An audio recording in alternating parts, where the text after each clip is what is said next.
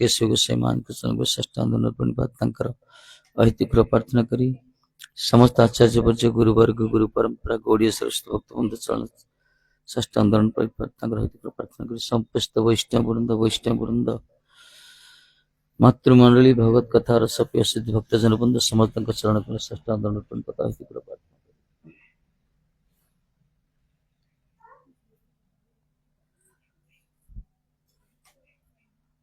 ଯାହା ଆଜି ମାତାଜୀଙ୍କର ବଡ଼ କୃପା ତାଙ୍କ ପରିବାରକୁ ବୁଝେଇ ସୁଝେଇ ଗୋଟେ ପ୍ରୋଗ୍ରାମ କରିଛନ୍ତି ରହୁଛ ଏଇଟା ବାସ୍ତବରେ ସମୟ ବି ଭଲ ଚାଲିଛି ବସନ୍ତ ପଞ୍ଚମୀ ଆମେ ପାଳନ କଲେ ସାରା ଉତ୍କଳ ଧାରାରେ ଯାହା କୁନ୍ଦିତ ସାରା ଧବଳା ଯା ବସ୍ତ୍ରାବୃତା ଯା ଶୁଭ୍ର ବସ୍ତ୍ରାବୃତା ଯାହା ବୀଣା ବରଦଣ୍ଡ ମଣ୍ଡିତ କର ଯା ଶ୍ଵେତ ପଦ୍ମାସନା ମା ବାଗଦେବୀଙ୍କର ଅହେତୁକ କୃପା ଯିଏକି ବୀଣା ପାଣି କୁହାଯାଇଛି ତାଙ୍କରି ତିଥି କାଲି ଆବିର୍ଭାବ ତିଥି ଗଲା ଆଉ ଗୌଡୀୟ ବୈଷ୍ଣବରେ ସାକ୍ଷାତ ବିଷ୍ଣୁପ୍ରିୟା ଦେବୀଙ୍କର ଆବିର୍ଭାବ ତିଥି ଆଉ ବିଶ୍ୱନାଥ ଚକ୍ରବର୍ତ୍ତୀ ଠାକୁର ଆମର ରଘୁନନ୍ଦନ ଠାକୁର କେତେ କଣ ଗୋସାଇ ମାନଙ୍କର ତିଥି ସବୁ ପାଳନ କରାଯାଇଛି ଭଲ ପବିତ୍ର ତିଥି ଗତକାଲି ଆଜି ବି ଚାଲିଛି କିଛି ସରସ୍ୱତୀ ପୂଜା ମାଘ ମାସ ଆଉଥରେ ତେଣୁ ଏଇ ପ୍ରକାର ଗୋଟେ ପବିତ୍ର ସମୟରେ ସତ୍ସଙ୍ଗର जो व्यवस्था ना ये वास्तव प्रशंसनीय एथर फल भी अमोघ एमती नहीं हरिनाम तो सब कराए सत्संग सब करने कथा कि तार गोटे समय भी गोटे था जोड़े समय भी सपोर्ट करे अनुकूल कर दिए विशेषकर आम धारे माघ बैशाख सब रही कार्तिक बड़ बड़ एकादशी करते एकादशी छोट बड़ ना माँ मान विचार गोटे बड़ कूड़ा छोट कूड़ा जा विचार रही बड़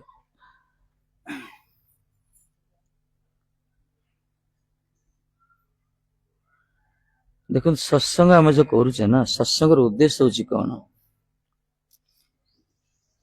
प्रथम कथा कलिर लोक माने आम माने किसी लाभ देखिया जन किसी कर तार लाभ कौन हो एमती कई मूर्ख ना जे बिना लाभ किए कम करते एत आलुआ किए अच्छा ना कि ना जहाँ किसी लाभ दरकार कलिर लोक ना मैंने बुद्धि प्रयोग कर सत्संग करते लाभ कौन यदि किए बाहर लोग पचारे तुम सब बसी सब डाकिल बाबाजी मानक साधु मानक कीर्तन कल खियापिया कल पैसा सारल ना तुम पुओ बागर ना झील बागर ना एकुशिया ना कौन किसी ना गोटे पैसा खर्च कर तुम कम किसी ना ना जी पचारे किए उत्तर कौन देवे उत्तर तो कि दवा दरकार ना जी किए हठात पचारती आप कौन देव उत्तर कहीं कल लाभ कौन जी पचारे समस्त मंगल कहले तो किसी देख लोक पैसा बर्बाद कर यात्रा देखुं मेलोडी देखुं केते कुआडे फालतू व्यवस्था कर पहाड़ को नदी देखा जाए दुनिया हाड़ फाड़ चुबेगी आसी नष्ट कर पैसा तो यही प्रकार गोटे पवित्र तिथि रे पवित्र समय रे लोक डाकिया किसी भगवत चर्चा करिया जोटा कि जीवन परम चरम स्वार्थ एथरे निहित अच्छी मनुष्य जीवन उद्देश्य नुहे जे आसवा टिके खिया पिया भल करवा टिके संसार टिके करवा बास घर द्वार कर मरिकी पलैया ये तो पशु पक्षी मैंने कर वास्तव आम जहाँ करुचे शिक्षित हो तो पशु पक्षी कर पशु गोटे काऊ थंटर चंचुरे गोटे अनुसरण करे किसी खाद्य संग्रह करे साप को गाणी दौचे सी भी तार आमर जी लोभ ना बर आम छुआ को किए छड़े नहीं गले आम रखिदे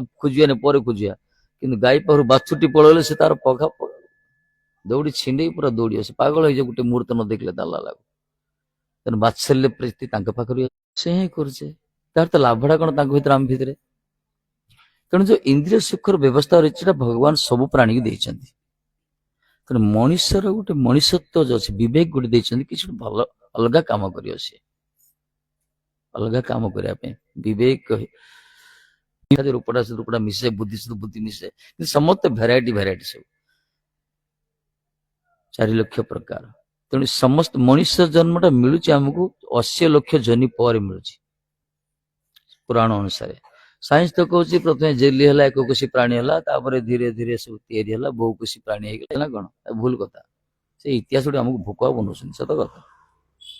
ଆମକୁ କୁହାହେଲା ନା ଆମେ ସବୁ ଗରିଲା ଥିଲେ, ବଣ ମଣିଷ ଥିଲେ, ନାଙ୍ଗୁଡ଼ ଗୁଡୁଥିଲା, ଘୁଷୁଡି ଘୁଷୁଡି ଛିଡିଗଲା ପଥରରେ, ତାପରେ ନିଆଁର ବ୍ୟବହାର ଶିଖିଲେ। ସବୁ ଆମକୁ ଇତିହାସ ପଢା ଯାଉଛି, ଆମେ ପଢୁଛେ ପିଲାମାନେ।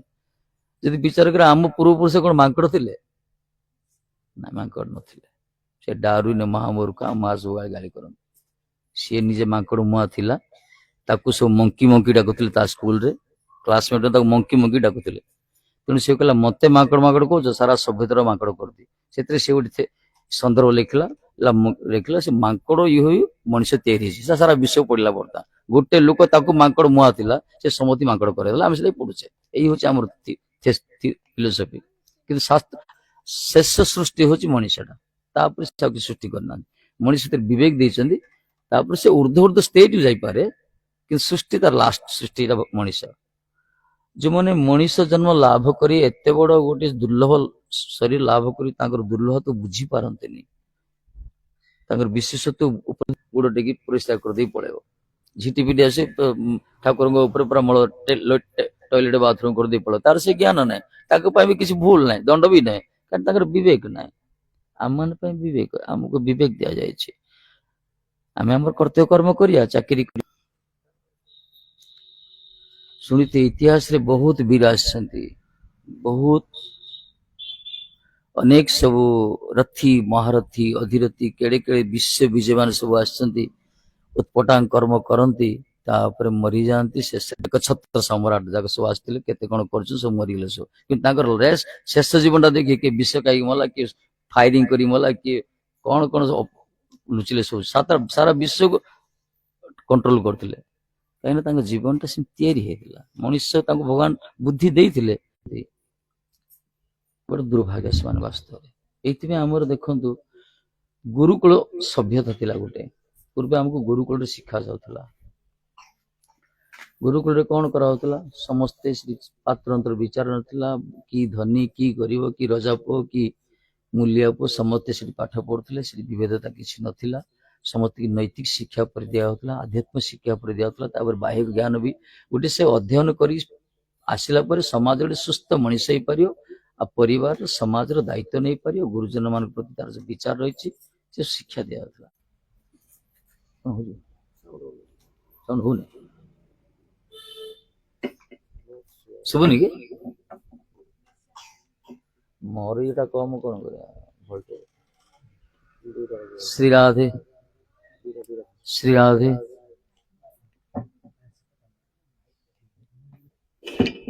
ନାଇଁ ମାଇକ ଠିକ ଅଛି, ସାଉଣ୍ଡ ଠିକ ଅଛି। ଆର ଯେମିତି ଲୁନା ଗାଡି ବୁଲେଟ ଗାଡି ଅଛି ନା, କେପାସିଟି କମ ଟିକେ।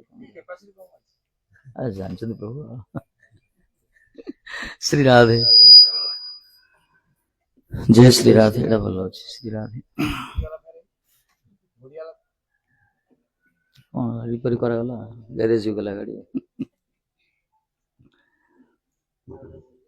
ଶ୍ରୀ ରାଧେ ଶ୍ରୀ ରାଧେ।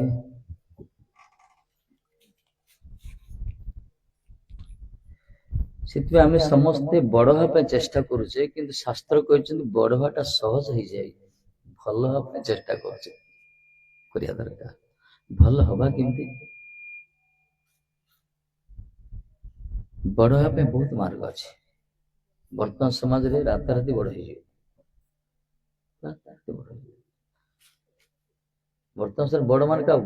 ଭଲ ଗାଡି ଗୋଟେ ଥିବ, ଭଲ ଘର ଖଣ୍ଡେ ଥିବ, ବଢିଆ ପିନ୍ଧା ପିନ୍ଧି କରୁଥିବ, 2-4 ପଦ ଇଂଲିଶ କହୁଥିବ, ପଇସା ଥିବ, ଲୋକ ଚାଲିଲେ ତା ପଛରେ 2-4ଟା ଲୋକ ଚାଲୁଥିବେ, ସାର ସାର କହୁଥିବେ ବା ବାଉ ବାଉ କହୁଥିବେ, ତାକୁ ବଡ ଲୋକ କହୁଛନ୍ତି। ଏଇଆ ତ ବିଚାର ନା, ବଡ ଲୋକ ଆଉ କଣ?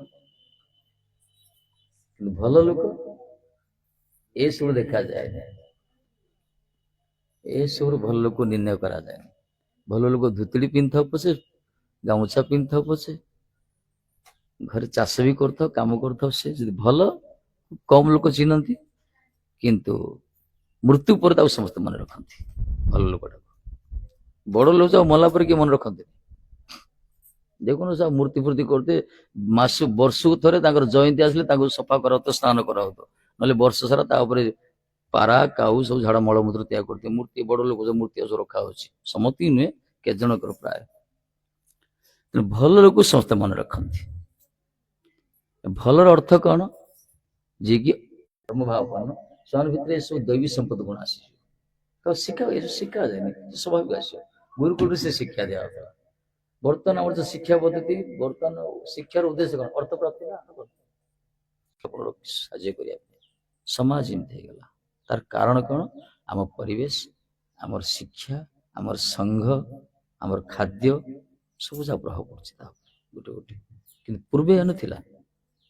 ପୂର୍ବେ ଯୌଥ ପରିବାର, ସମସ୍ତେ ନୈତିକ ଶିକ୍ଷାରେ ଉଚ୍ଚ ଶିକ୍ଷିତ ଥିଲେ। ସେମାନେ ନୈତିକ ଶିକ୍ଷାରେ ପରସ୍ପର ଯୋଉ କର୍ତ୍ତବ୍ୟ ଥିଲା, ଲଘୁଜନଙ୍କର ପୁରା ବଢିଆ, କିଛି ଭିତରୁ କିଛି ନାହିଁ, ସବୁ ପୁରା ପେପର ଫ୍ଲାସ ପବ୍ଲିସିଟି ସିନା, କିଛି ନୁହେଁ।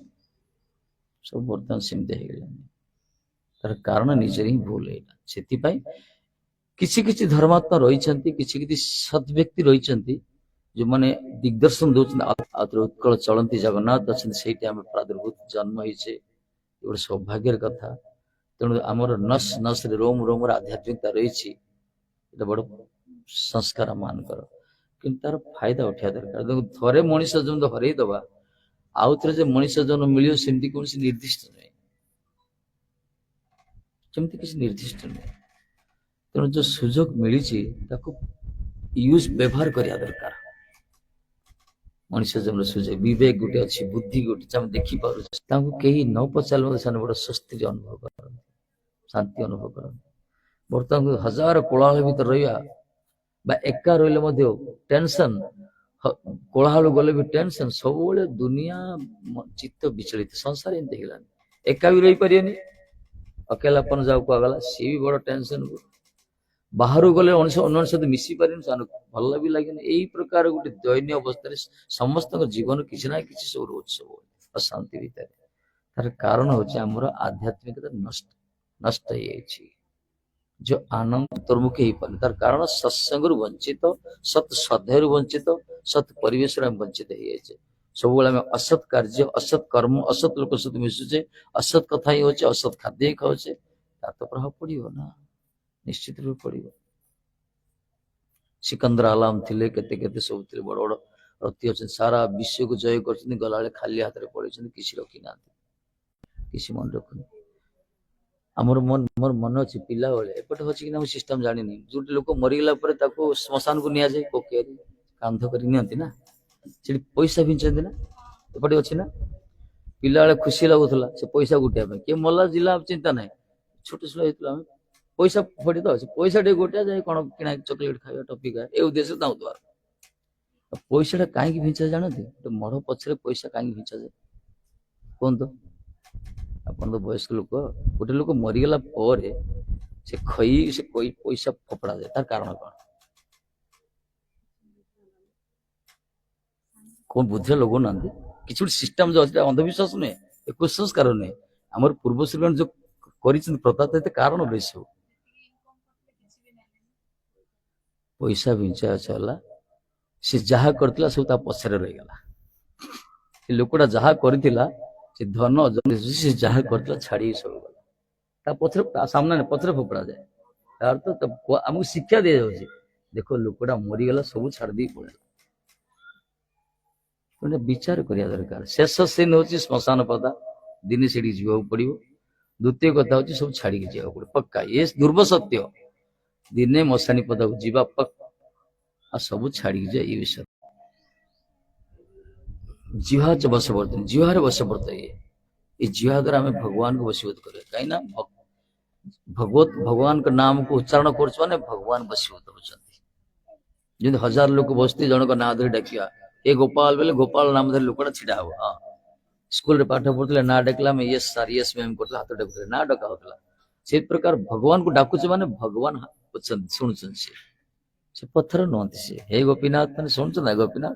ନରକୁ ଯାଇଥିବେ, ଆମ ତ କର୍ତ୍ତବ୍ୟ ତାଙ୍କୁ ଉଦ୍ଧାର, ନରକୁ ଗଲେ ତାଙ୍କୁ ଉଦ୍ଧାର କରିବା ଦରକାର। ପୁତ୍ର ତାକୁ କୁହାଯାଏ ପିତା ମାତା ଉଦ୍ଧାର କରେ, ଖାଲି ପୁଅ ଜନ୍ମ ହେଲେ ପୁ ନାମକ ଇଏରୁ ଉଦ୍ଧାର ହବନି। ପୁ ନାମକ ନରକ ଅଛି, କର୍ମକାଣ୍ଡି ଧାରା କହୁଛନ୍ତି, ପୁତ୍ର ପୁ ନାମକ ନରକୁ ଉଦ୍ଧାର କରେ। କଣ ଜନ୍ମ ହେଲେ ଉଦ୍ଧାର ହେଇଗଲା ଯଦି କର୍ମ ନ କରିବ?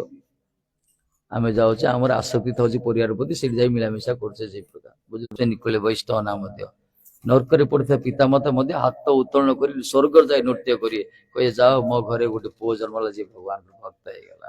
ଆଉ ସେ ପୁତ୍ରର ସେ ଆଧ୍ୟାତ୍ମିକ ଚିନ୍ତନରେ, ପୁତ୍ରର ସେ ସତ୍କର୍ମରେ, ସେ ସଧର୍ମରେ ପିଢି ପୂର୍ବପୁରୁଷ ପିଢି ମାନେ ସବୁ ଉଦ୍ଧାର ହେଇଯିବେ, ସବୁ ଉଦ୍ଧାର ହେଇଯାଏ।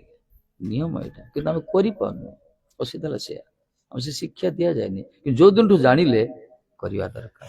ବର୍ତ୍ତମାନ ଦେଖ, ବର୍ତ୍ତମାନ ମିଡିଆ କେତେ କଣ, ପୂର୍ବେ ତ ସବୁ ନଥିଲା, ବର୍ତ୍ତମାନ ମୋବାଇଲ ଖୋଲିଲେ କେତେ କଣ ସବୁ ଚାଲିଛି, ସବୁ କିଛି ସାରା ବିଶ୍ୱର ସବୁ ଖବର ମିଳିଯାଉଛି।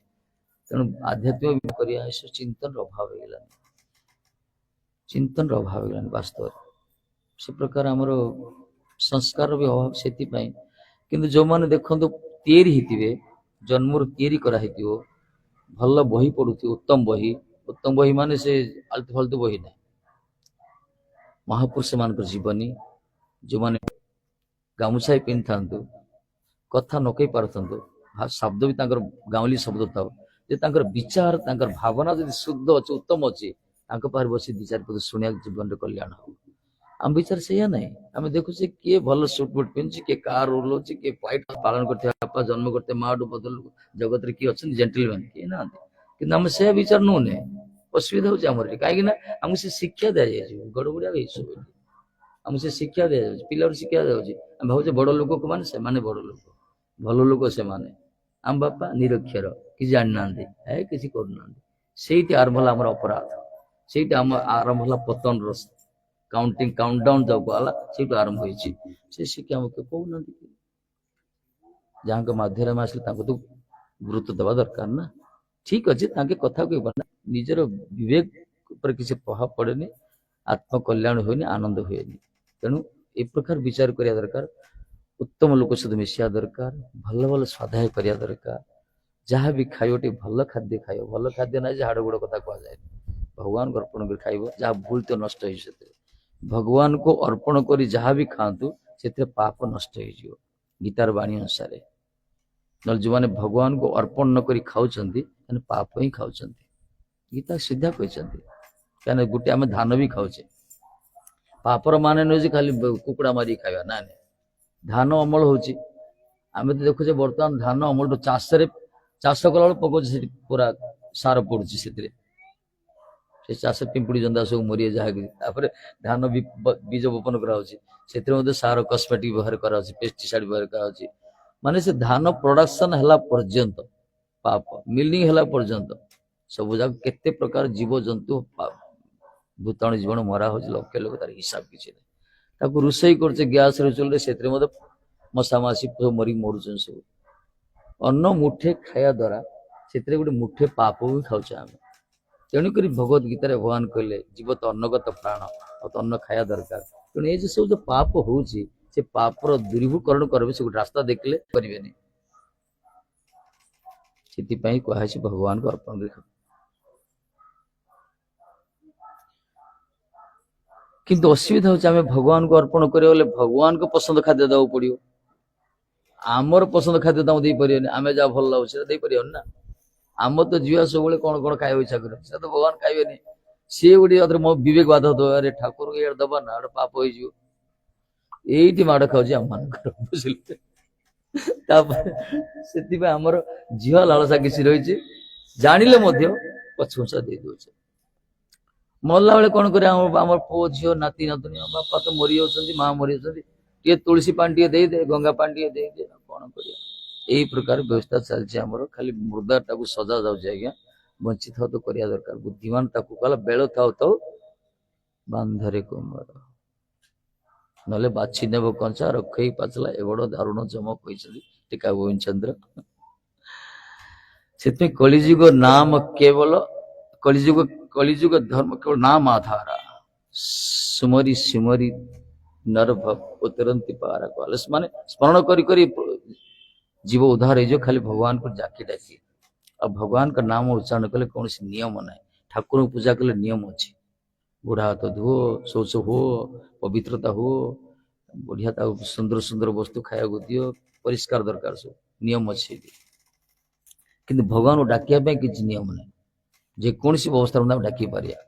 माँ मैंने मासिक ऋतु 3-4 दिन छुट्टी हो ठाकुर पूजा करें भगवान को डाकी पारे शौच समय अशौच समय अपवित्र समय भगवान डाकिया कौन नीति नियम ना कि भगवान पूजा करने नीति नियम अच्छे मंदिर जाऊे आश्रित हो पड़े ब्राह्मण को जन्म दुनिया तार सिस्टम सब रही भगवान को डाकिया बंचीज रक्षा जदि ये लोक सब पाप करे तो खंडन हो परवर्ती जन्म सुंदर जन्म हम तथा आम से करने ये हूँ आम दुर्भाग्य वास्तव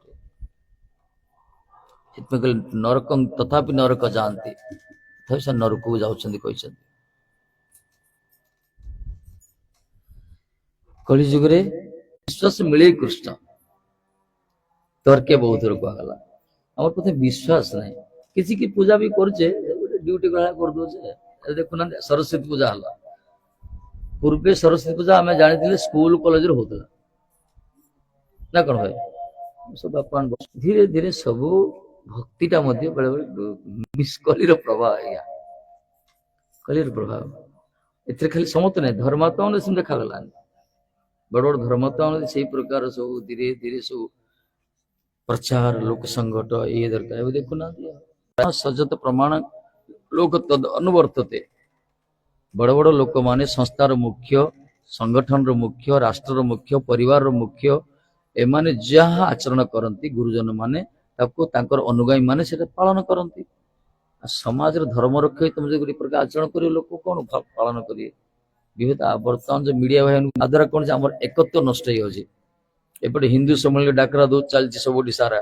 हिंदू सम्मेलन कर एकजुट हो सेपटे हिंदू मान भर फाट सृष्टि आरंभ है ये हूँ आम देश तार कारण हूँ से प्रकार सत्संगर अभाव हूँ वास्तव तेणु आम भागवत वाणी अनुसार परीक्षित महाराज जो तक्षक दंशन करने आसवे 7 दिन पर अभिशाप देते ऋषि कुमार तुम 7 दिन भितर मर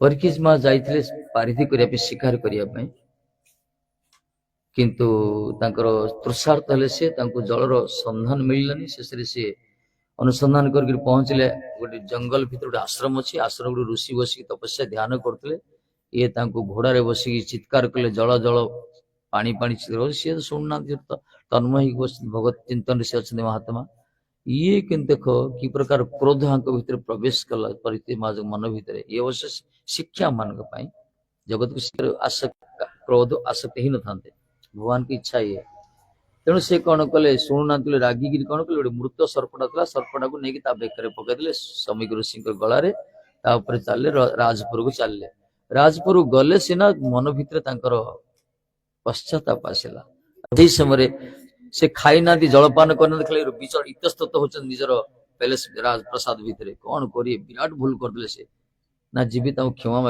मागिले कौन हम कि भूल तो कर देछि मु ना साधु क्षमा कर दे पारदे कि अपराध जो कले चरण से क्षमा करबोनी